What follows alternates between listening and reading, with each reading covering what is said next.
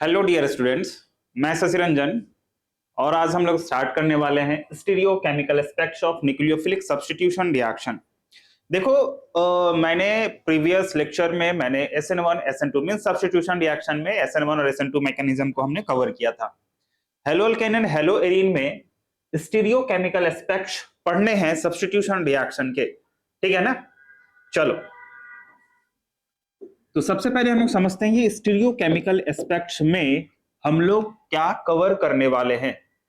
आपने isomerism lecture पढ़ा होगा। आइसोमेरिज्म क्लास 11th का टॉपिक है, ठीक है ना। आइसोमेरिज्म में आपने ऑप्टिकल आइसोमेरिज्म को कवर किया होगा। ऑप्टिकल आइसोमेरिज्म में आपने स्टीरियो केमिकल या स्टीरियो केमिस्ट्री को आपने देखा होगा। स्टीरियो केमिस्ट्री में हम लोग देखेंगे कि किस टाइप के, जैसे कोई भी इमेज है, सॉरी कोई भी कंपाउंड है, अगर उस कंपाउंड को हम लोग पोलैरिमीटर ट्यूब से पास करवाते हैं, ठीक है, तो हम लोगों को क्या ऑब्टेन होगा, तो या तो वो कंपाउंड ऑप्टिकली एक्टिव होगा या वो कंपाउंड ऑप्टिकली इनएक्टिव होगा। ऑप्टिकली एक्टिव होने का मतलब हुआ कि पोलैरिमीटर ट्यूब से पास होने के बाद वो कंपाउंड पीपीएल को रोटेट करेगा, या तो वो क्लॉकवाइज रोटेट करता है या एंटी क्लॉकवाइज रोटेट करता है। अगर कंपाउंड क्लॉकवाइज रोटेट करता है तो कंपाउंड हम लोग क्या बोलेंगे, डेक्स्ट्रो रोटेटरी है। और अगर कंपाउंड एंटी क्लॉकवाइज या पीपीएल को एंटी क्लॉकवाइज रोटेट करता है तो कंपाउंड कैसा होगा, लीवो रोटेटरी होगा। तो देखो यहाँ पे दो ऑप्टिकल आइसोमर फॉर्म कर रहे हैं और ये दोनों ऑप्टिकल आइसोमर एक दूसरे के अपोजिट है, ठीक है ना। अगर एक रिटेंशन है तो दूसरा इन्वर्जन है, ठीक है। और इन दोनों कंपाउंड के बेसिस पे हम लोग क्या देखेंगे, तो स्टीरियो केमिकल एस्पेक्ट्स को देखेंगे, ठीक है ना, जो हमने न्यूक्लियोफिलिक सब्स्टिट्यूशन रिएक्शन में पढ़ा था। न्यूक्लियोफिलिक सब्स्टिट्यूशन रिएक्शन में हमने क्या देखा था, SN1 और SN2, वहां पे हमने थोड़ा सा कवर किया है। जैसे SN1 मैकेनिज्म में हमने आपको बताया था कि कंपाउंड जो है वो रिटेंशन भी फॉर्म करेगा और इन्वर्जन भी फॉर्म करेगा, ठीक है। कैसे फॉर्म करता है, तो स्टेबिलिटी ऑफ कार्बोकेटाइन पे डिपेंड करता है, ठीक है। और SN2 मैकेनिज्म में हमने कवर किया था कि कंपाउंड जो है वो ओनली इन्वर्जन कंपाउंड की फॉर्मेशन करता है। क्यों? क्योंकि न्यूक्लियोफाइल जो है वो बैक साइड से जाकर अटैक करता है, ठीक है। चलो हम लोग देखते हैं stereo chemical aspects nucleophilic substitution reaction के, ठीक है ना। देख लो, सबसे जो फर्स्ट टर्म है यहाँ पे आपका, वो फर्स्ट टर्म है आपका पीपीएल। पीपीएल पीपीएल क्या है, तो प्लेन पोलराइज्ड लाइट। पीपीएल किसको कहते हैं, plane polarised light. Plane polarised light, ठीक है। ये प्लेन पोलराइज्ड लाइट क्या होता है, तो हम लोग इसको समझते हैं। देखो, प्लेन पोलराइज्ड लाइट का मतलब हुआ, ठीक है, मान लो एक ऑर्डिनरी लाइट हम लोग फॉर्म करते हैं। ये ऑर्डिनरी लाइट क्या होता है, कि ऐसा लाइट जो हर एक प्लेन में पॉसिबल हो, ठीक है, कि ऐसा लाइट जो सभी प्लेन में क्या हो, पॉसिबल हो। देखो तो ये जो लाइट है ये किस टाइप का लाइट है, इस लाइट को हम लोग बोलेंगे ऑर्डिनरी लाइट। ऑर्डिनरी लाइट, ये जो ऑर्डिनरी लाइट है ये हर एक प्लेन में पॉसिबल है। इस ऑर्डिनरी लाइट को हम लोग क्या करते हैं, एक प्रिज्म से पास करवाते हैं और इस प्रिज्म का नाम है निकोल प्रिज्म, ठीक है ना। ये हमने क्या फॉर्म किया, ऑर्डिनरी लाइट। ऑर्डिनरी लाइट क्या होता है, कि ऐसा लाइट जो हर एक प्लेन में पॉसिबल हो, ठीक है, ऐसा लाइट जो हर एक प्लेन में क्या हो, पॉसिबल हो, ठीक है ना। तो देखो यहाँ पे ये जो ऑर्डिनरी लाइट है, इस ऑर्डिनरी लाइट को हमने कहां से पास करवाया है, तो हमने पास करवाया है निकोल प्रिज्म से। ये किस टाइप का प्रिज्म है, तो निकोल प्रिज्म।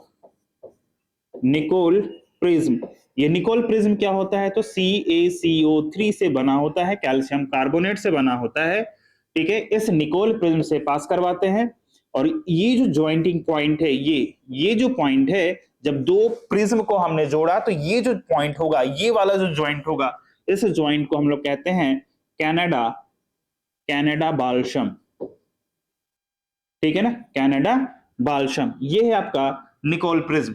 जब इस निकोल प्रिज्म से हम लोग ऑर्डिनरी लाइट को पास करवाया गया तो देखा क्या गया, कि यहाँ पे जितने भी लाइट हैं वो सभी लाइट कैंसल आउट हो जाने के बाद एक सिंगल प्लेन में लाइट फॉर्म कर रहा है। ओनली ऑन प्लेन में लाइट क्या करेगा, फॉर्म करेगा। ठीक है, जरूरी नहीं है कि इसी प्लेन में हो, ऐसे भी हो सकता है, ऐसे भी हो सकता है। ठीक है, सिर्फ और सिर्फ वन प्लेन में लाइट क्या करेगा, फॉर्म करेगा। जितने भी यहाँ पे ऑर्डिनरी, जितने भी प्लेन ऑफ लाइट है, सभी लाइट क्या हो जाएगा, कैंसल आउट हो जाएगा। और कैंसल आउट होने के बाद जब ये ओनली वन प्लेन में क्या करेगा, फॉर्म करेगा। और इसी लाइट को हम लोग क्या बोलते हैं, PPL, plane polarised light. Clear है, plane polarised light. Plane polarised light क्या है कि जब ऑर्डिनरी लाइट को हम लोग क्या करते हैं, निकोल प्रिज्म से पास करवाते हैं। जब निकोल प्रिज्म से पास करवाया गया तो देखा क्या गया कि यहाँ पे जितने भी प्लेन के लाइट हैं वो सभी लाइट कैंसल आउट हो जाने के बाद एक सिंगल प्लेन में लाइट फॉर्म कर रहा है। और इसी लाइट को हम लोग क्या बोलेंगे, पीपीएल, प्लेन पोलराइज्ड लाइट। ये क्या है, प्लेन पोलराइज्ड लाइट है।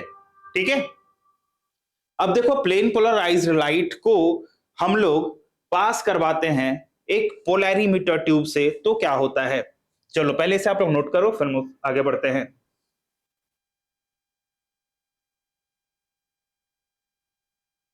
चलो देखो यहां पे ये जो पीपीएल है, ठीक है, ये पीपीएल है, पीपीएल, इस पीपीएल को हम लोग एक ट्यूब से पास करवाते हैं और इस ट्यूब का नाम क्या है, पोलैरीमीटर ट्यूब। ठीक है, इस ट्यूब का नाम क्या है, पोलैरीमीटर, पोलैरीमीटर ट्यूब। इस पोलैरीमीटर ट्यूब का लेंथ कितना होता है, तो लेंथ होता है आपका 10 सेंटीमीटर या फिर कह सकते हो 1 डेसीमीटर। ठीक है, इस पोलैरीमीटर ट्यूब का लेंथ क्या है, 10 सेंटीमीटर या कह सकते हो 1 डेसीमीटर इसका लेंथ है। ठीक है ना, जब इस पोलैरीमीटर ट्यूब से इस पीपीएल को पास करवाया गया, देखो हमने यहाँ पे एक लिक्विड फिल किया है। ये लिक्विड क्या है, तो ये मैं आपको एक्सप्लेन करूंगा। ये लिक्विड यहाँ पे जो है वो लिक्विड सॉल्यूशन क्या है, देखो इस पीपीएल को हमने क्या किया, पोलैरीमीटर ट्यूब में पास करवाया। पोलैरीमीटर ट्यूब में हमने एक लिक्विड सॉल्यूशन को फिल किया है। ये लिक्विड सॉल्यूशन क्या है, तो मैं आपको जस्ट आपको एक्सप्लेन कर रहा हूं कि यहाँ पे किस टाइप के सॉल्यूशन को हम लोग फिल करते हैं।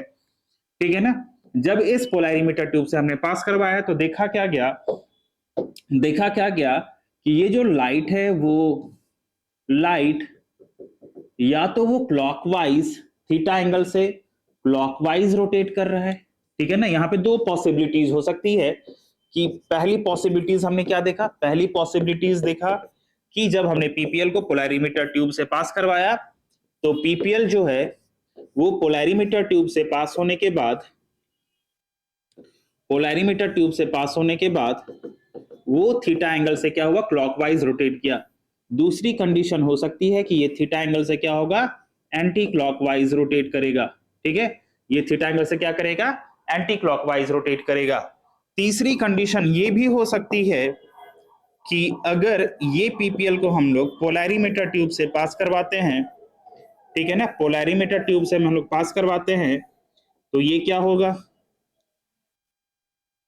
ये क्या करेगा कि यहाँ पे जो ये पीपीएल है जैसे था वैसे ही आ गया, मतलब यहाँ पे कोई भी रोटेशन शो नहीं किया है। देखो मैंने यहाँ पे 3 कंडीशन बताया है। पहला कंडीशन में ये था कि पीपीएल को जब हम लोग पोलैरीमीटर ट्यूब से पास करवाते हैं, ठीक है, पोलैरीमीटर ट्यूब से पास करवाते हैं तो वो थीटा एंगल से क्लॉकवाइज रोटेट कर रहा है। पीपीएल को अगर हम लोग पोलैरीमीटर ट्यूब से पास करवाते हैं तो थीटा एंगल से एंटी क्लॉकवाइज रोटेट कर रहा है।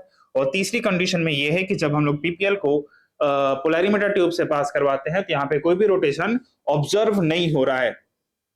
ठीक है ना, तो ऑब्जर्व नहीं होने के पीछे रीजन क्या है, और यहाँ पे पीपीएल जो है वो थीटा एंगल से ऑब्जर्व हो रहा है। ठीक है, तो पीपीएल थीटा एंगल से रोटेट करने के पीछे रीजन क्या है, ये मैं तीनों को आपको एक्सप्लेन करता हूं।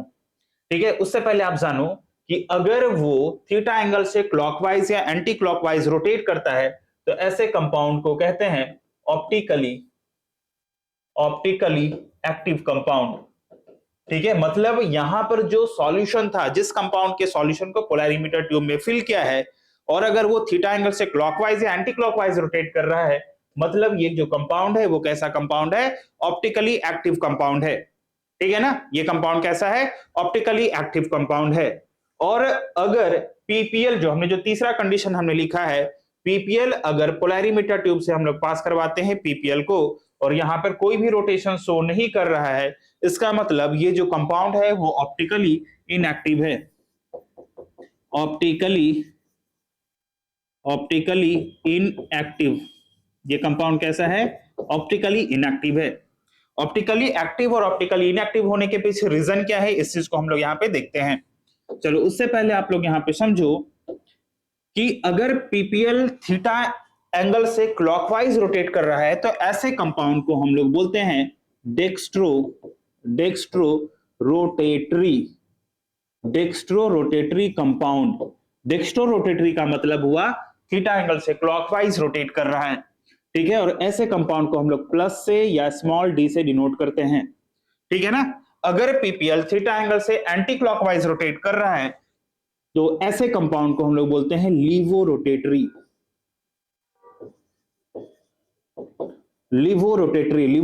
का मतलब हुआ, ठीक है ना। और ऐसे कंपाउंड को हम लोग क्या किससे डिनोट करते हैं? माइनस से या स्मॉल एल से डिनोट करते हैं, ठीक है ना। डेक्स्ट्रो रोटेटरी को प्लस से और लिवो रोटेटरी का मतलब क्या हुआ? माइनस से डिनोट करते हैं। डेक्स्ट्रो रोटेटरी कंपाउंड और लिवो रोटेटरी कंपाउंड जो होता है वो ऑप्टिकली एक्टिव होता है। क्यों ऑप्टिकली एक्टिव होता है? क्योंकि इसके पास पीपीएल को रोटेट करने की टेंडेंसी होती है, ठीक है। तो किस टाइप के कंपाउंड, यहां पर जो हमने सॉल्यूशन फिल किया है वो किस टाइप का सॉल्यूशन है जो ऑप्टिकली एक्टिव हो सकता है, ठीक है ना। ऑप्टिकली एक्टिव होने के पीछे रीजन क्या है, तो रीजन को हम लोग समझेंगे, ठीक है। और किस टाइप के सॉल्यूशन को पोलैरिमीटर ट्यूब में फिल करते हैं और फिल करने के बाद वो कंपाउंड पीपीएल, वो लिक्विड कंपाउंड, यहां पर जो हमने लिक्विड डाला है, लिक्विड सॉल्यूशन डाला है यहाँ पे, तो ये लिक्विड जो कंपाउंड है वो क्या कर रहा है? पीपीएल को थीटा एंगल से क्लॉकवाइज या एंटी क्लॉकवाइज रोटेट कर रहा है। तो इसके पीछे रीजन क्या है, इस चीज को हम समझेंगे, ठीक है। ये जो कंपाउंड है वो ऑप्टिकल इनएक्टिव है। इनएक्टिव का मतलब हुआ कि ये पीपीएल को रोटेट नहीं कर पा रहा है, कंपाउंड है, ठीक है ना। हमने यहां पर भी लिक्विड को ही डाला है, लिक्विड कंपाउंड को ही यहाँ पे हमने फिल किया पोलैरिमीटर ट्यूब में, ठीक है ना। चलो तो पहले इसे आप लोग नोट करो, फिर हम लोग आगे देखते हैं।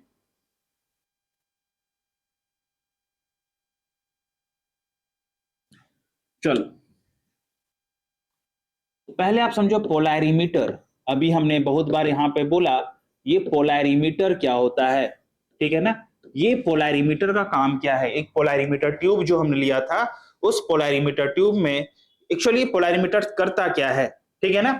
तो पोलैरिमीटर चेक करता है, टू चेक, ठीक है ना। क्या चेक करता है? तो ऑप्टिकल रोटेशन को, ऑप्टिकल रोटेशन,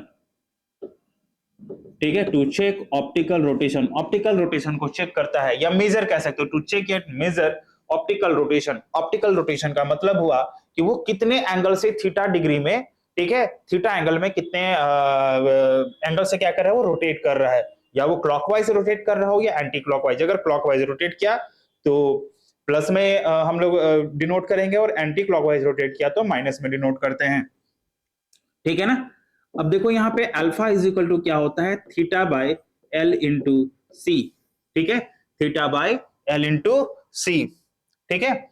यहाँ पे थीटा क्या है? तो स्पेसिफिक रोटेशन,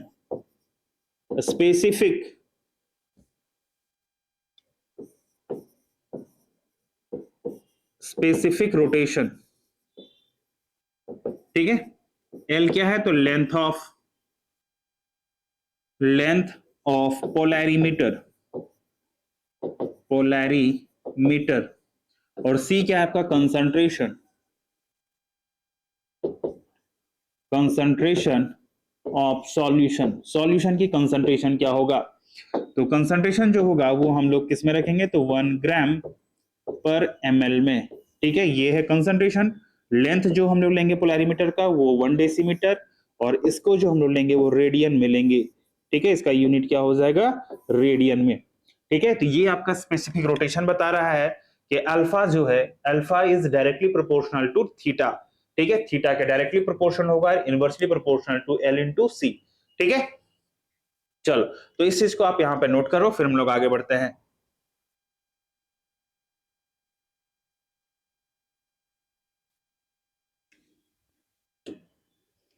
चलो अब एक चीज आप समझो यहां पे, कायरालिटी।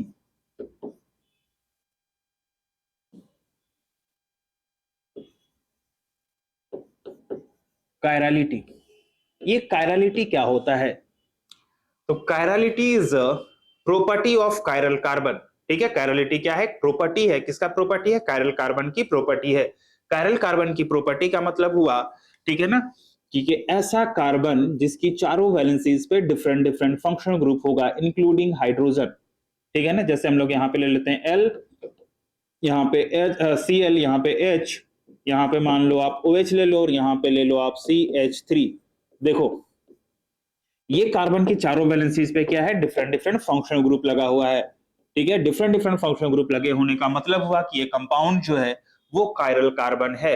कायरल कार्बन का मतलब होता है कि जब इसके ऑप्टिकल ऑप्टिकल आइसोमर जो होगा वो दोनों क्या होगा, इसका जो मिरर इमेज होगा ऑप्टिकल आइसोमेरिज्म में, जब इसके हम लोग मिरर इमेज की बात करें तो ये दोनों मिरर इमेज क्या होगा, एक दूसरे का नॉन सुपर इंपोजेबल होगा, मतलब सुपर इंपोज नहीं करेगा। सुपर इंपोज का मतलब हुआ एक के ऊपर एक नहीं आ पाएगा, ठीक है। यहाँ पे CH3, यहाँ पे Cl और यहाँ पे क्या होगा OH। देखो तो ये कार्बन भी क्या है, कायरल है, ठीक है ना। ये कार्बन कैसा है, कायरल, क्योंकि इसकी चारों वैलेंसीज क्या है, डिफरेंट डिफरेंट लगे हुए हैं। देख लो यहाँ पे डिफरेंट डिफरेंट लगे हुए, मतलब ये दोनों क्या एक दूसरे का नॉन सुपर इंपोजेबल है, non super imposable imposable mirror image, mirror image, ठीक है ना, non super imposable mirror image है। दूसरा चीज क्या है, दूसरी पॉइंट क्या है, यहाँ पे ध्यान रखना कि ये जो कायरल सेंटर होगा या कायरल का ये जो है कार्बन को हम लोग क्या बोलते हैं, कायरल कार्बन कहते हैं, ठीक है। ये जो कायरल कार्बन होगा वो क्या होना चाहिए, sp3 हाइब्रिडाइज होना चाहिए, ठीक है, sp3 हाइब्रिडाइजेशन होना चाहिए और इसकी चारों वैलेंसीज पे डिफरेंट डिफरेंट फंक्शनल ग्रुप होने चाहिए, ठीक है ना। और जब डिफरेंट डिफरेंट फंक्शनल ग्रुप होगा तो ये दोनों क्या होगा, एक दूसरे का मिरर इमेज होगा। किस टाइप का मिरर इमेज होगा, तो नॉन सुपर इंपोजेबल होगा। मतलब नॉन सुपर इंपोजेबल का मतलब हुआ कि देख लो, अगर हम लोग ये वाला हाथ है और इस हाथ को अगर हम लोग इसके ऊपर रखते हैं तो देखो तो थंब के ऊपर क्या आ रहा है, लिटिल फिंगर आ रहा है, लिटिल फिंगर के ऊपर क्या आ रहा है, थंब आ रहा है। मतलब एक दूसरे को कंप्लीटली कवर नहीं कर पा रहा है, ठीक है। जब कवर नहीं करेगा मतलब ये क्या होगा, नॉन सुपर इंपोज। सुपर इंपोजेबल का मतलब हुआ कि जब थंब के ऊपर थंब आ जाए, लिटिल फिंगर के ऊपर लिटिल फिंगर आएगा, तो ऐसे कंपाउंड को हम लोग क्या बोलेंगे ऐसे कंपाउंड को हम लोग बोलेंगे सुपर इंपोजेबल, जो कंप्लीटली सुपर इंपोज कर रहा है। बट यहां पे हम लोग देखें तो ये कंपाउंड कैसा है, नॉन सुपर इंपोजेबल है, ठीक है। नॉन सुपर इंपोजेबल होने के कारण ये जो कंपाउंड है वो कायरल कंपाउंड, ठीक है ना, कायरल कंपाउंड कहलाएगा। चलो हम लोग यहां पे लिखते हैं कायरल कंपाउंड, ठीक है, कायरल कार्बन लिख लो, ठीक है, या इसी को हम लोग बोलेंगे एसिमेट्रिक, एसिमेट्रिक कार्बन, ठीक है, या कायरल सेंटर, कायरल सेंटर, या इसी को हम लोग बोलेंगे कायरल एटम, कायरल एटम, ठीक है। और कायरलिटी क्या है, तो chirality is a property of chiral carbon. Chirality क्या है, तो chirality is a property of chiral carbon. Chiral carbon की एक प्रॉपर्टी है, ठीक है। Chirality is a property of chiral carbon, ठीक है। कायरल कार्बन की प्रॉपर्टी क्या है, तो कायरल कार्बन की ये प्रॉपर्टी है कि जब हम लोग दो मिरर इमेज, एक ही कंपाउंड का जो दो इमेज होगा, ठीक है ना, और ये दोनों इमेज, ठीक है, जैसे ये अगर पीपीएल को क्लॉकवाइज रोटेट कर रहा है तो ये क्या करेगा, पीपीएल को एंटी क्लॉकवाइज रोटेट करेगा। मतलब ये दोनों क्या है, एक दूसरे का मिरर इमेज है। किस टाइप का मिरर इमेज है, तो non super imposable mirror image है। और ये जो non super imposable mirror image होगा, ये दोनों इमेज क्या कर रहा है, एक दूसरे को दूसरे का क्या है, नॉन सुपर इंपोजेबल है, मतलब एक दूसरे को कंप्लीटली कवर नहीं कर रहा है, ठीक है ना, ठीक है। तो ऐसे कंपाउंड को हम लोग क्या बोलते हैं, एसिमेट्रिक कार्बन कहते हैं, या कायरल कार्बन कहते हैं, या कायरल सेंटर कहते हैं, या कायरल एटम कहते हैं। क्लियर है। चलो कायरल कार्बन, एक चीज और आप समझ लो कि कायरल कार्बन जो हमने वर्ड बोला है, ये कायरल कार्बन, ठीक है, जिसकी चारों वैलेंसीज पे क्या होगी, डिफरेंट डिफरेंट फंक्शनल ग्रुप होगा। ऐसे कायरल कार्बन को हम लोग स्टार से डिनोट करते हैं, ठीक है। कायरल कार्बन को किससे डिनोट करते हैं, हम लोग स्टार से डिनोट करते हैं, ठीक है ना। मतलब अगर आप ऐसे कंपाउंड के सॉल्यूशन को, ठीक है, ऐसे कंपाउंड के सॉल्यूशन को, किस टाइप के कंपाउंड, तो ऐसा कंपाउंड जिसकी चारों वैलेंसीज पे डिफरेंट डिफरेंट फंक्शनल ग्रुप लगे हो, मतलब कायरल कार्बन हो, कायरल एटम हो, कायरल सेंटर होना चाहिए, कायरल कंपाउंड होना चाहिए। और कायरल कंपाउंड के सॉल्यूशन को जब आप पोलैरिमीटर ट्यूब में फिल करोगे, ठीक है, तो ऐसे कंपाउंड पीपीएल को क्या करते हैं, क्लॉकवाइज या एंटी क्लॉकवाइज रोटेट करते हैं, ठीक है। हमने क्या बोला कि अगर हम लोग ये कार्बन है और ये कार्बन की चारों वैलेंसीज पे क्या होना चाहिए, डिफरेंट डिफरेंट फंक्शनल ग्रुप होना चाहिए। जैसे हमने यहाँ पे ले लिया CH, यहाँ पे OH, यहाँ पे CHO और यहाँ पे H है, यहाँ पे Cl हमने लिया है OH। देखो तो ये चारों वैलेंसीज पे डिफरेंट डिफरेंट फंक्शनल ग्रुप लगे हैं क्या? बिल्कुल लगे हैं। ठीक है, इस कार्बन के इस कंपाउंड की चारों वैलेंसीज पे डिफरेंट डिफरेंट फंक्शनल ग्रुप लगे हैं। अगर डिफरेंट डिफरेंट फंक्शनल ग्रुप लगा है मतलब ये जो कंपाउंड है वो कायरल कंपाउंड है। क्या ये कार्बन sp3 है? बिल्कुल, ये कार्बन क्या है, sp3 हाइब्रिडाइज है। और sp3 कंडीशन यही है कायरल कंपाउंड की। कायरल कंपाउंड की कंडीशन क्या होगी कि पहला कंडीशन ये है कि वो sp3 हाइब्रिडाइज्ड होना चाहिए। दूसरा ये है कि वहां पे क्या होना चाहिए, चारों valencies different different functional group, चारों वैलेंसीज में डिफरेंट डिफरेंट फंक्शनल ग्रुप होने चाहिए, या ग्रुप या एटम होने चाहिए, डिफरेंट डिफरेंट ग्रुप या एटम होने चाहिए, तभी वो कंपाउंड क्या होगा, कायरल कंपाउंड कहलाएगा। ठीक है, तभी क्या होगा, वो कायरल कंपाउंड कहलाएगा। और कायरल कंपाउंड वाले सॉल्यूशन को हम लोग पोलैरिमीटर ट्यूब में फिल करते हैं। तो फिल करने के बाद ऐसा देखा गया कि वो कंपाउंड ऑप्टिकली एक्टिव होता है, मतलब पीपीएल को क्लॉकवाइज रोटेट करेगा या एंटी क्लॉकवाइज रोटेट करेगा। अगर क्लॉकवाइज रोटेट करता है तो कंपाउंड डेक्स्ट्रो रोटेटरी कहलाता है, और एंटी क्लॉकवाइज रोटेट करता है, ठीक है, तो कंपाउंड क्या कहलाएगा, लीवो रोटेटरी। क्लियर है? फिर से समझो आप कि हमने क्या लिया है यहाँ पे, ये जो कंपाउंड है ये कैसा कंपाउंड है, कायरल कंपाउंड है। कायरल कंपाउंड का मतलब हुआ कि ऐसा कंपाउंड या ऐसा कार्बन जिसकी हाइब्रिडाइजेशन sp3 हो और जिसके चारों वैलेंसीज पे डिफरेंट डिफरेंट फंक्शनल ग्रुप लगे होने चाहिए। ठीक है, तो वो कंपाउंड कैसा कहलाया, कायरल कंपाउंड कहलाया। और कायरल कंपाउंड के सॉल्यूशन को जब हम लोग पोलैरिमीटर, ये क्या है आपका पोलैरिमीटर ट्यूब है, पोलैरिमीटर ट्यूब में फिल करते हैं, तो पोलैरिमीटर ट्यूब में फिल करने के बाद वो पीपीएल को क्लॉकवाइज, थीटा एंगल से क्लॉकवाइज या थीटा एंगल से एंटी क्लॉकवाइज रोटेट करता है। अगर थीटा एंगल से क्लॉकवाइज या एंटी क्लॉकवाइज रोटेट करता है मतलब कंपाउंड कैसा होता है, ऑप्टिकली एक्टिव होता है। ठीक है ना? ठीक है, अब ये दो तो आप समझ में आ गया आपको, कंपाउंड ऑप्टिकली इनएक्टिव क्यों है। ठीक है ना, कंपाउंड ऑप्टिकली इनएक्टिव कैसे होगा, तो याद रखना कि ये जो हम लोग कंपाउंड लिए हैं वो एसिमेट्रिक कंपाउंड लिए हैं, मतलब कायरल कंपाउंड लिया है। हमने क्या लिया है, कायरल कंपाउंड लिया है। मतलब कायरल कंपाउंड वाले सॉल्यूशन से हमने देखा तो वो कंपाउंड ऑप्टिकली एक्टिव या इनएक्टिव हो रहा है।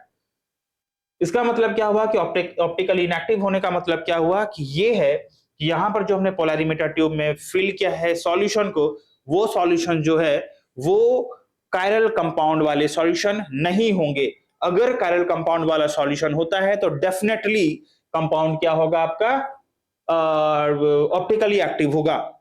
ठीक है ना? देख लो यहाँ पे मैं मीजो कंपाउंड के बारे में नहीं कह रहा हूं, यहाँ पे ऐसा कंपाउंड जिसके वन कायरल सेंटर हो। ठीक है, अगर वन कायरल सेंटर होता है या वन कायरल कार्बन होता है तो वो 100% ऑप्टिकली एक्टिव होता है। ठीक है ना? यहाँ पे कुछ ऐसे भी कंपाउंड, जैसे मीजो कंपाउंड की मैं बात करूं तो मीजो कंपाउंड क्या होता है, कायरल सेंटर होने के बाद भी वो कंपाउंड ऑप्टिकली इनएक्टिव होता है। इसके पीछे रीजन ये है, चलो मैं यहाँ पे कंपाउंड लेता हूं, देखो यहाँ पे CH3 है, यहाँ पे OH लगा दो, यहाँ पे OH लगा दो, यहाँ पे CH3 लगा दो, यहाँ पे H और यहाँ पे H। देखो तो क्या यहाँ पे कायरल सेंटर है, यहाँ पे कायरल सेंटर है। देखो ये एक ग्रुप है, ये एक ग्रुप है, एक और ये नीचे पूरा एक कंप्लीट ग्रुप हुआ, मतलब इसकी चारों वैलेंसीज पे भी क्या है, डिफरेंट डिफरेंट फंक्शनल ग्रुप लगे हैं। ठीक है ना?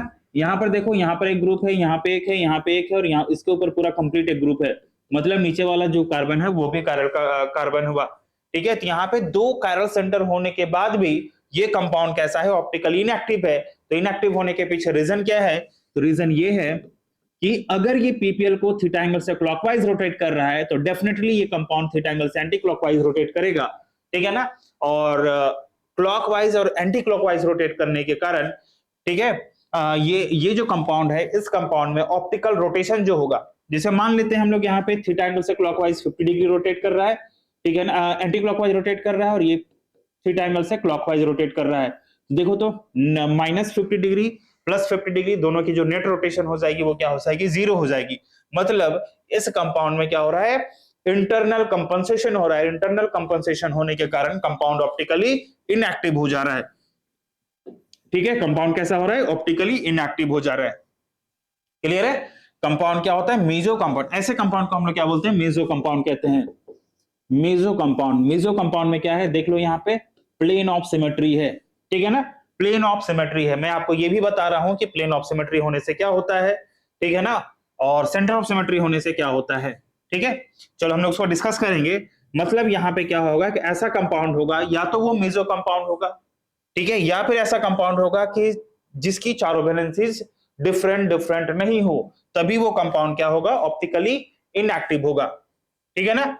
अगर डिफरेंट डिफरेंट कंपाउंड हो, मतलब एसिमेट्रिक कंपाउंड हो, तो ऐसे कंपाउंड के सॉल्यूशन से पीपीएल रोटेट कर सकते हैं, मतलब वो कंपाउंड ऑप्टिकली एक्टिव होगा, ठीक है ना, या वो डेक्स्ट्रो या लिवो होगा। ऑप्टिकली इनएक्टिव क्या होगा, तो इस कंपाउंड, यहाँ पे जो पोलरिमीटर ट्यूब है, इस पोलरिमीटर ट्यूब में हम लोगों ने किस टाइप के कंपाउंड के सॉल्यूशन को फिल किया होगा, एक ऐसा सॉल्यूशन, ऐसा कंपाउंड जिसकी चारों वैलेंसीज पे डिफरेंट डिफरेंट फंक्शनल ग्रुप नहीं होंगे, या तो कंपाउंड कैसा होगा, मेसो कंपाउंड होगा, ठीक है। तभी ये कंपाउंड कैसा है, ऑप्टिकली इनएक्टिव है, मतलब पीपीएल को रोटेट नहीं कर पा रहा है। क्लियर है। चलो देखो हमने यहाँ पे क्या लिया है, तो यहाँ पे कायरल का कंपाउंड लिया है। कायरल कंपाउंड का मतलब क्या हुआ, या कायरल कार्बन क्या है, एसिमेट्रिक कार्बन बोलो, या कायरल सेंटर बोलो, या कायरल एटम बोलो, मतलब ऐसा एटम, ऐसा सेंटर जिसकी चारों वैलेंसीज पर क्या होना चाहिए, डिफरेंट डिफरेंट ग्रुप्स या एटम होने चाहिए, इंक्लूडिंग हाइड्रोजन। क्लियर है। चलो अब देखो यहाँ पे देखो एक कंपाउंड मैं और ले लेता हूं, यहाँ पे सल्फर है, ठीक है, सल्फर डबल बॉन्ड ऑक्सीजन यहाँ पे है, यहाँ पे लोन पेयर ऑफ इलेक्ट्रॉन है, ठीक है। यहाँ पे ले लो आप CH3 और यहाँ पे Cl,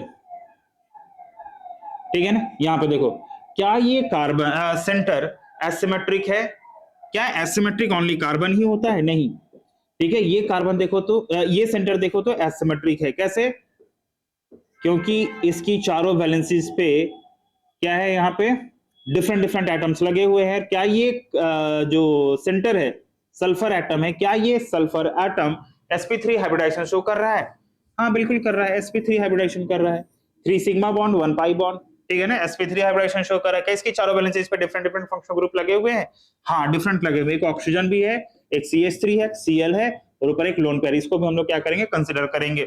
मतलब ये sp3 के साथ साथ इसकी चारों वैलेंसीज पे डिफरेंट डिफरेंट एटम या ग्रुप लगे हुए हैं, मतलब ये जो सेंटर है ये कायरल सेंटर या कायरल एटम या एसिमेट्रिक कार्बन, एसिमेट्रिक सेंटर कह सकते हो, ठीक है, या कायरल कंपाउंड कह सकते हो, ठीक है। तो ये जो कंपाउंड है ये क्या है, कायरल है, ठीक है ना। चलो अभी हमने मेसो कंपाउंड को डिस्कस किया था, मेसो कंपाउंड, मेसो कंपाउंड में क्या होता है, तो मेसो कंपाउंड में यहाँ पे हमने Cl लिया है, यहाँ पे Cl है, यहाँ पे हाइड्रोजन है, यहाँ पे हाइड्रोजन है, यहाँ पे हमने ले लिया है CH3 और यहाँ पर भी CH3। देखो यहाँ पे ये जो सेंटर है वो कैसा सेंटर है, तो कायरल सेंटर या कायरल एटम या कायरल कंपाउंड कह सकते हो, ठीक है ना, ठीक है। इसको हम लोग कैसे डिनोट करते हैं, स्टार मार्क से डिनोट करते हैं। क्या इसकी चारों वैलेंसीज पे डिफरेंट डिफरेंट फंक्शनल ग्रुप लगे हुए हैं, बिल्कुल लगे हुए हैं।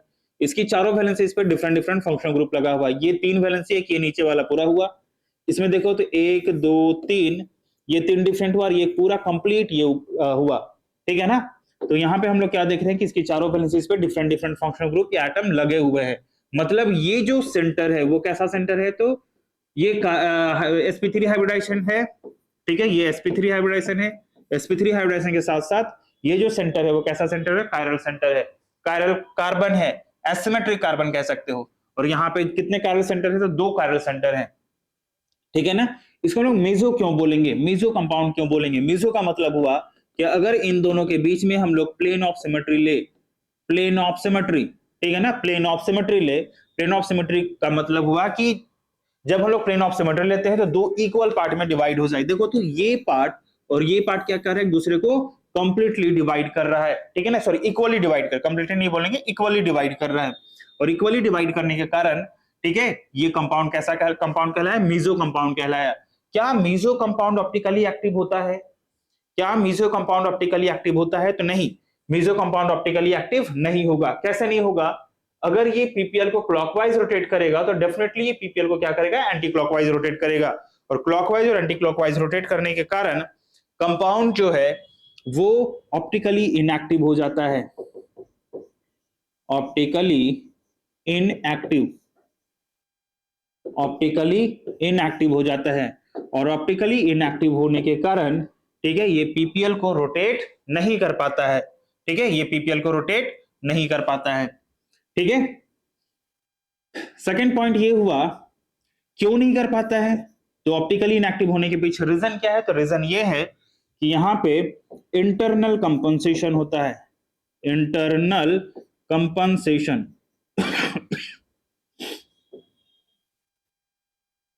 इंटरनल कंपनसेशन, और इंटरनल कंपनसेशन होने के कारण कंपाउंड जो है वो ऑप्टिकली इनएक्टिव हो गया है, ठीक है। कंपाउंड ऑप्टिकली इनएक्टिव होने के पीछे रीजन क्या है, तो due to internal compensation. Internal compensation का मतलब सेम कंपाउंड में ये थीटा एंगल से क्लॉकवाइज, ये थीटा एंगल से एंटी क्लॉकवाइज हो रहा है, जिसके कारण यहाँ पे क्या हो रहा है, इंटरनल कंपनसेशन हो रहा है। कंपनसेशन होने के कारण कंपाउंड ऑप्टिकली इनएक्टिव हो जा रहा है। क्लियर है, क्लियर है यहाँ पे, चलो नोट कर लो। चलो आगे बढ़ते हैं हम लोग। नेक्स्ट आपका racemic mixture, racemic mixture, racemic mixture. ये रेसमिक मिक्सचर क्या होता है, अभी हमने यहाँ पे एक कंपाउंड लिया था, यहाँ पे ले लो आप Cl, यहाँ पे आप CH3 ले लो, यहाँ पे OH ले लो, और यहाँ पे क्या हाइड्रोजन। क्या ये कंपाउंड कायरल है, क्या ये कंपाउंड कायरल है, बिल्कुल है। ये कंपाउंड कैसा है, कायरल कंपाउंड है, ठीक है। अगर इसका हम लोग मिरर इमेज लेते हैं तो क्या होगा, इसका मिरर इमेज लेते हैं तो देखो यहाँ पे क्या आ जाएगा, आपका CH3 आ जाएगा, यहाँ पे H आ जाएगा, यहाँ पे Cl आ जाएगा, और यहाँ पे क्या होगा, OH आएगा, ठीक है ना। ये दोनों कंपाउंड क्या है, कायरल कंपाउंड है, ठीक है। ये दोनों कंपाउंड क्या है, कायरल कंपाउंड है, ठीक है ना। दोनों की हाइब्रिडाइजेशन क्या है, sp3। क्या ये दोनों एक दूसरे को सुपर इंपोज कर रहा है, तो ये दोनों क्या है, एक दूसरे को नॉन सुपर इंपोज कर रहा है, नॉन सुपर इंपोजेबल, ठीक है। नॉन सुपर इंपोजेबल क्या है, मिरर इमेज है, मिरर इमेज, ठीक है। Non super imposable mirror image को ही हम लोग क्या कहते हैं, तो non super imposable mirror image को हम लोग इनैंशियोमर कहते हैं, ठीक है ना। Non super imposable mirror image को हम लोग क्या बोलते हैं, इनैंशियोमर कहते हैं। इनैंशियोमर क्या होता है, तो ये दोनों क्या एक दूसरे का ऑप्टिकल आइसोमर है, ठीक है। टू ऑप्टिकल आइसोमर जिसकी रोटेशन क्या होगी, डिफरेंट होगी, ठीक है। मतलब अगर ये पीपीएल को क्लॉकवाइज रोटेट कर रहा है तो ये पीपीएल को क्या करेगा, एंटी क्लॉकवाइज रोटेट करेगा, और क्लॉकवाइज और एंटी क्लॉकवाइज रोटेट करने के कारण ये दोनों क्या कर रहा है, नॉन सुपर इंपोजेबल हो रहा है। नॉन सुपर इंपोजेबल को हम लोग क्या बोलेंगे, इनैंशियोमर बोलते हैं, ठीक है ना। इनैंशियोमर क्या, हम लोग इसको डिफाइन अगर करना हो तो कैसे डिफाइन करेंगे, enantiomer are the optical isomeric compounds, ठीक है ना, ऑप्टिकल या ऑप्टिकली आइसोमर कंपाउंड्स, ठीक है, जो दोनों क्या होगा, दूसरे का मिरर इमेज होगा, ठीक है। ये दोनों क्या एक दूसरे का मिरर इमेज है, ठीक है। और mirror image, non super imposable mirror image are called enantiomer, ठीक है। इनैंशियोमर क्या होगा, तो non super imposable mirror image are called enantiomer. Clear है।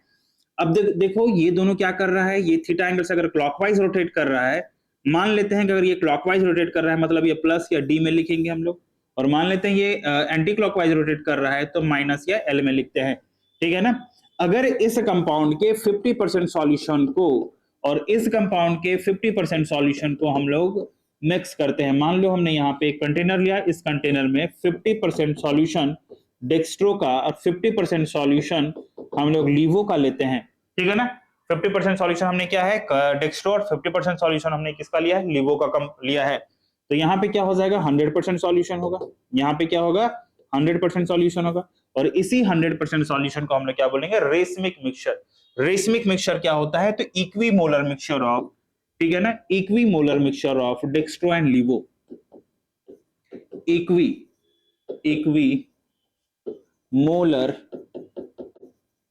Mixture of dextro and laevo, ठीक है। इक्विमोलर मतलब 50% डेक्स्ट्रो का, 50% लीवो का, इन दोनों के मिक्सचर को जब हम लोग मिक्स करते हैं तो 100% सॉल्यूशन बनता है, और इसी 100% मिक्सचर को हम लोग क्या बोलेंगे, रेसमिक मिक्सचर बोलते हैं। और रेसमिक मिक्सचर फॉर्म करने के प्रोसेस को रेसमाइजेशन कहते हैं। रेसमाइजेशन क्या होगा, तो equimolar mixture of dextro and laevo is called racemic mixture, और रेसमिक मिक्सचर फॉर्म करने के प्रोसेस को हम लोग क्या बोलेंगे, रेसमाइजेशन बोलेंगे। क्लियर है? अब देखो यहाँ पर रेसमिक, क्या रेसमिक मिक्सचर ऑप्टिकली एक्टिव होता है। हमने देखा क्या कि ये जो कंपाउंड है वो ऑप्टिकली एक्टिव है, ये कंपाउंड क्या है, ये भी ऑप्टिकली एक्टिव है। क्यों? क्योंकि इसकी यहाँ पे कॉन्फ़िगरेशन हमने देखा तो प्लस या डी डेक्स्ट्रो है, मतलब क्लॉकवाइज रोटेट कर रहा है, और ये क्या है तुम्हारा, लिवो है, मतलब एंटी क्लॉकवाइज रोटेट कर रहा है। तो ये क्या है, ऑप्टिकली एक्टिव हुआ। क्या रेसमिक मिक्सचर ऑप्टिकली एक्टिव होता है? तो याद रखना, रेसमिक मिक्सचर ऑप्टिकली एक्टिव नहीं होगा। क्यों नहीं होगा? कि देखो यहाँ पे ये थीटा एंगल से क्या कर रहा है, क्लॉकवाइज रोटेट कर रहा है, तो ये थीटा एंगल से क्या करेगा, एंटी क्लॉकवाइज रोटेट करेगा। जब थीटा एंगल से क्लॉकवाइज और थीटा एंगल से एंटी क्लॉकवाइज रोटेट करेगा तो क्या होगा, 100% सॉल्यूशन बनेगा। सॉरी, ये 50-50 हमने मिलाया तो ये 100% सॉल्यूशन बना। ठीक है, इसी सॉल्यूशन में थीटा एंगल से क्लॉकवाइज रोटेट कर रहा है, थीटा एंगल से एंटी क्लॉकवाइज रोटेट कर रहा है, मतलब +50 और -50। तो यहाँ पे जो इसकी नेट रोटेशन हो जा रही है वो क्या हो जा रही है, 0 हो जा रही है। ठीक है ना? नेट रोटेशन क्या हो जा रहा है, नेट रोटेशन, नेट रोटेशन कितना हो जा रहा है, 0 होगा। और नेट रोटेशन 0 होने के कारण कंपाउंड जो है वो ऑप्टिकली इनएक्टिव हो जा रहा है। ठीक है ना? मान लो थीटा एंगल से क्लॉकवाइज ऐसे जा रहा है, थीटा एंगल से एंटी क्लॉकवाइज ऐसे रोटेट कर रहा है, तो यहाँ पे क्या होगा, नेट रोटेशन क्या हो गया आपका, 0 हो गया। और नेट रोटेशन 0 हो जाने के कारण कंपाउंड जो है वो ऑप्टिकली इनएक्टिव हो गया। ठीक है, मतलब racemic mixture are optically inactive, optically inactive. ठीक है, ऑप्टिकली इनएक्टिव होता है किस टाइप के कंपाउंड, तो रेसमिक मिक्सचर वाले कंपाउंड ऑप्टिकली इनएक्टिव होता है। रीजन क्या है, तो रीजन ये है आपका, due to external compensation, external compensation.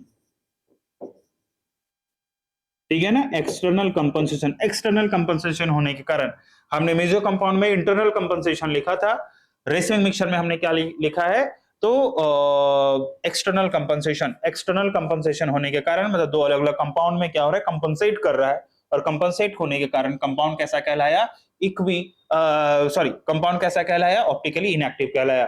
तो याद रखना, रेसमिक मिक्सचर क्या होता है, equimolar mixture of dextro and laevo, और जितने भी रेसमिक मिक्सचर या रेसमिक कंपाउंड होंगे वो सभी मिक्सचर, ठीक है ना, ऑप्टिकली इनएक्टिव होता है। रीजन क्या होता है कि यहाँ पे एक्सटर्नल कंपनसेशन होता है, एक्सटर्नल कंपनसेशन होने के कारण इसकी जो नेट रोटेशन हो जाएगी वो क्या हो जाएगा, 0 हो जाएगा। क्लियर है? चलो नोट कर लो इसे आप लोग पहले।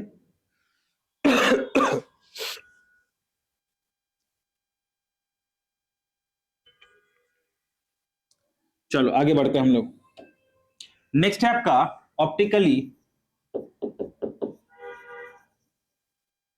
Active alkyl halide, alkyl halide. देखो वैसे मैंने कवर किया है आपको SN1 और SN2 में हमने देखा है कि ऑप्टिकली एक्टिव अल्काइल हैलाइड होते हैं या नहीं होते हैं। जैसे हमने SN1 की मैं बात करूं, ठीक है, SN1 मैकेनिज्म, SN1 मैकेनिज्म में हमने क्या देखा था कि एक ऐसा कंपाउंड होगा, ठीक है ना, एक ऐसा, जैसे ये आपका हो गया कार्बन, ठीक है, यहाँ पे R है, यहाँ पे R1 है, ये R2 है, और यहाँ पे कोई एक लिविंग ग्रुप लगा हुआ है।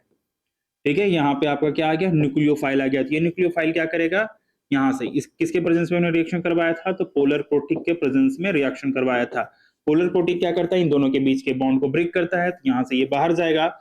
तो देख लो यहाँ पे क्या हो गया, ये R न्यूक्लियोफाइल पहले अटैक नहीं करेगा। ठीक है ना, ठीक है, पोलर प्रोटिक के प्रेजेंस में रिएक्शन करवाया था तो ये बाहर जाएगा। तो यहाँ पे R1, ये R2, इस पे क्या आ गया, पॉजिटिव चार्ज। अब न्यूक्लियोफाइल क्या करेगा, यहाँ पे अटैक करेगा। ठीक है, न्यूक्लियोफाइल क्या करेगा, अटैक करेगा। क्या न्यूक्लियोफाइल दोनों साइड से अटैक कर सकता है, फ्रंट साइड से और बैक साइड से? हाँ, दोनों साइड से ये अटैक कर सकता है। ठीक है ना, तो कंपाउंड कैसा बनेगा, यहाँ पे कंपाउंड क्या हो जाएगा, देख लो यहाँ पे R, ये R1, ये R2, और ये क्या हो गया आपका न्यूक्लियोफाइल। ठीक है, देखो क्या ये कार्बन कायरल कार्बन है, बिल्कुल है। क्या ये कार्बन कायरल कार्बन है, हाँ है। ठीक है ना, कायरल कार्बन है। यहाँ पे देख लो ये R हो गया, इसका मिरर इमेज लिया तो हमने यहाँ पे न्यूक्लियोफाइल R2 और यहाँ पे क्या हो जाएगा R1 होगा। मतलब ये जो कंपाउंड है ये दोनों क्या है दूसरे का non super imposable, non super imposable mirror image मतलब इनैंशोमरिक कंपाउंड है। ये दोनों क्या एक दूसरे का इनैंशोमर है, ठीक है, ये दोनों क्या एक दूसरे का इनैंशोमर है। तो SN1 मैकेनिज्म में स्टीरियोकेमिस्ट्री की बात करें तो SN1 मैकेनिज्म स्टीरियोकेमिस्ट्री शो करता है, ठीक है ना। यहाँ पे कंपाउंड क्या होगा, तो अगर ये रिटेंशन है, ठीक है ना, ये अगर रिटेंशन होगा तो डेफिनेटली ये क्या कंपाउंड कैसा होगा, इन्वर्जन, ठीक है ना। एक क्या होगा रिटेंशन तो दूसरा क्या होगा इन्वर्जन। ये रिटेंशन है तो ये कंपाउंड कैसा हो गया, इन्वर्जन कंपाउंड हुआ। क्लियर है। तो SN1 मैकेनिज्म में रिटेंशन और इन्वर्जन दोनों फॉर्म होते हैं। मतलब न्यूक्लियोफाइल जो है वो फ्रंट साइड से भी अटैक कर सकता है और बैक साइड से भी अटैक कर सकता है, ठीक है ना। इस चीज को आप याद रखना। चलो नेक्स्ट है SN2 मैकेनिज्म में। SN2 मैकेनिज्म के केस की अगर हम लोग बात करें तो SN2 मैकेनिज्म में क्या होगा, ठीक है ना।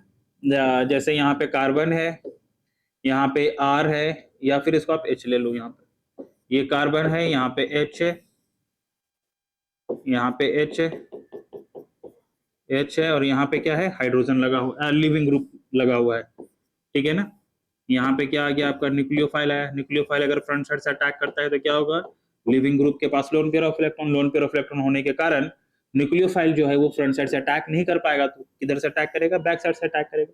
और जैसे ही बैक साइड से अटैक करेगा तो कंपाउंड जो होगा वो किस टाइप का कंपाउंड फॉर्म करेगा, इन्वर्जन कंपाउंड फॉर्म करता है, ठीक है। कंपाउंड कैसा फॉर्म करेगा, इन्वर्जन, ठीक है। इधर क्या आ जाएगा आपका न्यूक्लियोफाइल,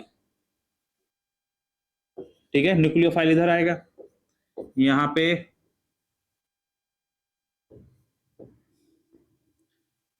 H और यहाँ पे H आ गया। देखो ये कंपाउंड लिविंग ग्रुप यहाँ से बाहर निकला है, लिविंग ग्रुप यहाँ से बाहर निकला है, ठीक है। इधर से बैक साइड से कौन आ रहा है, न्यूक्लियोफाइल आ रहा है। ये किसके प्रेजेंस में रिएक्शन करवाते हैं, तो पोलर एप्रोटिक सॉल्वेंट के प्रेजेंस में, ठीक है। पोलर एप्रोटिक सॉल्वेंट होने के कारण क्या हुआ, ये दोनों के बीच के बॉन्ड को ब्रेक किया, और जैसे ही ब्रेक करेगा तो न्यूक्लियोफाइल क्या करेगा, बैक साइड से अटैक करेगा। जैसे ही बैक साइड, जो हमने आपको SN2 मैकेनिज्म में पूरी कवर किया है विद ट्रांजिशन स्टेट, ठीक है ना। तो ये जो कंपाउंड फॉर्म हुआ ये किस टाइप का कंपाउंड फॉर्म हुआ, इन्वर्जन कंपाउंड फॉर्म हुआ है, ठीक है। ये कंपाउंड कैसा फॉर्म हुआ है, इन्वर्जन कंपाउंड फॉर्म किया। इन्वर्जन क्यों है, तो इसके लिए आपको SN2 मैकेनिज्म देखना पड़ेगा, ठीक है ना। हमने SN2 मैकेनिज्म को पहले ही हमने इसकी वीडियो बना रखा है, तो उसे आप देखो, ठीक है, वहां से आपको डेफिनेटली समझ में आएगा। क्लियर है। तो एक कंपाउंड क्या हो रहा है, रिटेंशन, दूसरा कंपाउंड क्या हो रहा है, इन्वर्जन, सॉरी SN2 मैकेनिज्म में कंपाउंड क्या फॉर्म कर रहा है इन्वर्जन कंपाउंड, और SN1 में हमने क्या देखा, रिटेंशन और इन्वर्जन दोनों फॉर्म कर रहा है। मतलब वहां पे रेस मिक्सचर भी बन सकता है। क्लियर है। चलो तो यहां तक आपको समझ में आया होगा। हमने अभी क्या देखा, तो हमने देखा stereochemical aspects of nucleophilic substitution reaction. इसमें हमने कौन कौन से टॉपिक को कवर किया है, तो हमने पहला कवर किया है प्लेन पोलराइज्ड लाइट, दूसरा है हमने कवर किया है कायरलिटी, कायरल कार्बन, ठीक है ना, या एसिमेट्रिक कार्बन। फिर हमने रेसमिक मिक्सचर को कवर किया है। फिर हमने देखा क्या कि क्या SN1 और SN2 मैकेनिज्म स्टीरियो केमिस्ट्री को शो करते हैं या नहीं करते हैं। क्लियर है। चलो यहां तक आपको समझ में आया होगा। Thank you.